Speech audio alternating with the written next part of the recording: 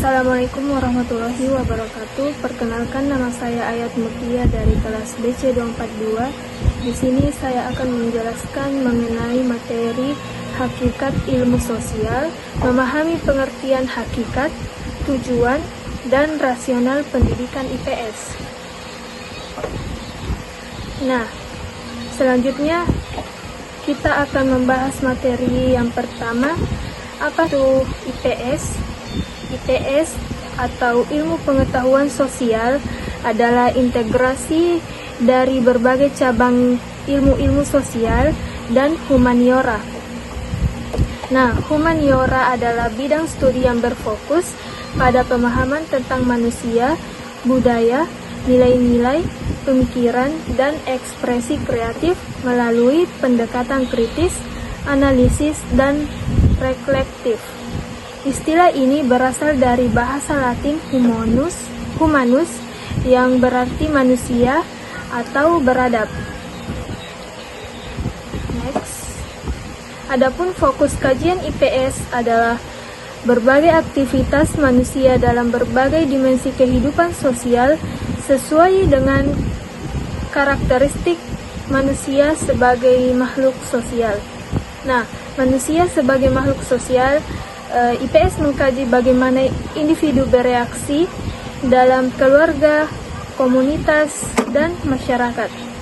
Contoh, dinamika kelompok dan norma sosial, serta konflik sosial. Next. Adapun hakikat pendidikan IPS, yang pertama, ilmu dinamis, berarti membahas manusia yang selalu berubah. Yang kedua, pembentuk nilai, ajarkan keadilan, toleransi, dan tanggung jawab sosial. Yang ketiga, alat analisis kritis, seperti bantu siswa pahami isu seperti hoax atau ketimpangan. Next. Adapun tujuan IPS, yang pertama, memiliki kemampuan dasar untuk berpikir logis dan kritis. Yang kedua, mengenal konsep-konsep yang berkaitan dengan kehidupan masyarakat dan lingkungan. Yang terakhir, memiliki kemampuan berkomunikasi, bekerja sama, dan kompetisi dalam masyarakat. Next. Selanjutnya, rasional pendidikan IPS, yaitu menjunjung tinggi rasa toleransi dan persaudaraan di lingkungan masyarakat.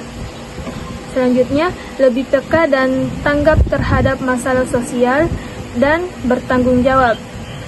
Yang terakhir, mensistemasikan pengetahuan dan kemampuannya agar lebih bermakna.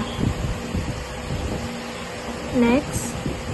Adapun contoh penerapannya, seperti membuat proyek, buat kampanye anti-bullying berdasarkan data sosiologi. Yang kedua, simulasi, seperti bermain peran sebagai anggota DPR untuk pahami proses demokrasi. Next. Adapun tantangan dan solusi. Tantangan yang pertama, materi terlalu teoritis. Nah, solusinya, gunakan studi kasus aktual. Tantangan yang kedua, minim partisipasi siswa.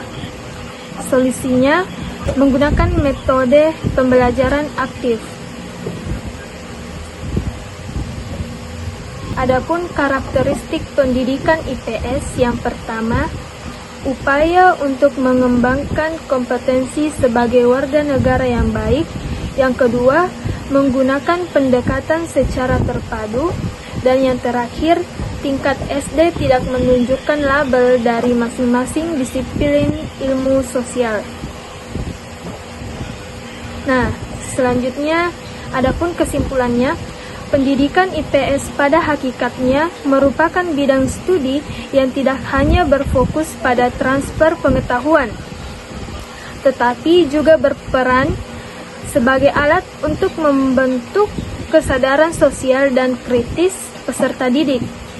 Esensinya terletak pada integrasi berbagai disiplin ilmu sosial seperti sejarah, geografi, ekonomi, dan sosiologi yang disatukan untuk memberikan pemahaman holistik tentang masyarakat dan dinamikanya. Melalui pendekatan interdisipliner ini, IPS membantu siswa melihat hubungan kompleks antara berbagai fenomena sosial, sehingga mereka tidak hanya memahami teori, tetapi juga mampu menerapkannya dalam konteks kehidupan nyata. Mungkin itu saja yang dapat saya paparkan. Kurang dan lebihnya mohon dimaafkan. Wassalamualaikum warahmatullahi wabarakatuh.